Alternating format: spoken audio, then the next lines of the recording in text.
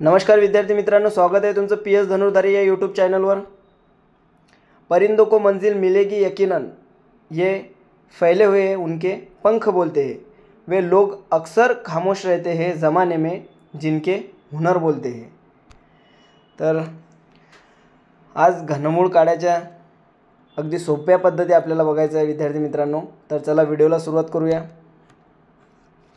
पहिलं उदाहरण तुमच्यासाठी 216 या संख्येचा घनमूळ किती आहे। तर विद्यार्थी मित्रांनो, अशा प्रकारचं तुम्हाला गणित जर विचारलं तर तुम्हाला काय करायचं आहे, जी संख्या विचारली आहे त्या संख्यांची तुम्हाला बेरीज करायची आहे। बघा, 2 + 1 + 6, 2 आणि 1 3, 3 आणि 6 9। या 9 मधून ही जी संख्या आहे ही वजा करायची आणि याचं उत्तर जे येईल ते तुमचं उत्तर असेल। तर 216 या संख्येचा घनमूळ किती आहे, 6। पुढचं उदाहरण बघूया। सेम यामध्ये तुम्हाला तेच करायचं आहे। 3 4 आणि 3 यांची बेरीज करायची आहे। 3 + 4 + 3 किती होते, 3 आणि 4 7, 7 आणि 3 10, 10 या संख्येतून ही संख्या वजा, तर उत्तर किती येते, 7।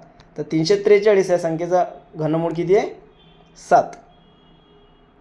पुन्हा एक उदाहरण बघूया।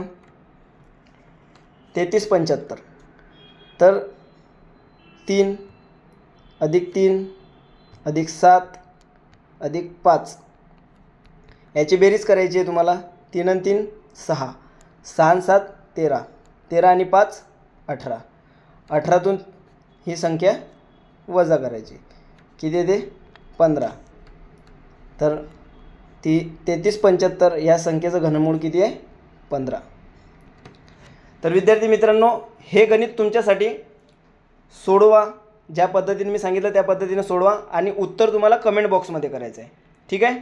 तर भेटूया अशाच काही सोप्या पद्धती बघायला पुढच्या व्हिडिओमध्ये। तोपर्यंत धन्यवाद।